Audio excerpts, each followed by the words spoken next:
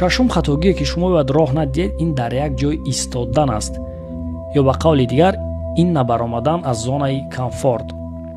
вақте ки ман аз зонаи комфорт баромадам, ман фаҳмидам ки дар ҳаёт имкониятҳо хеле зиёданд ва ман метавонам соҳиби ҳамаи чизҳои мехостаам шавам. лекин барои ин мо бояд мақсад гузорем ва аз пайи омӯзиш ва чӣ тавр ба даст овардани орзуҳо шавем. шумо бояд ҷаҳонбинии худро васеъ созед. аз мақоме ки шумо худро роҳат ҳис мекардед ва бе мушкилӣ ё меҳнат ҳаётатонро мегузарондед, бояд бароед. агар ба пеш ҳаракат кунед, имкониятҳо ба шумо наздик хоҳанд шуд.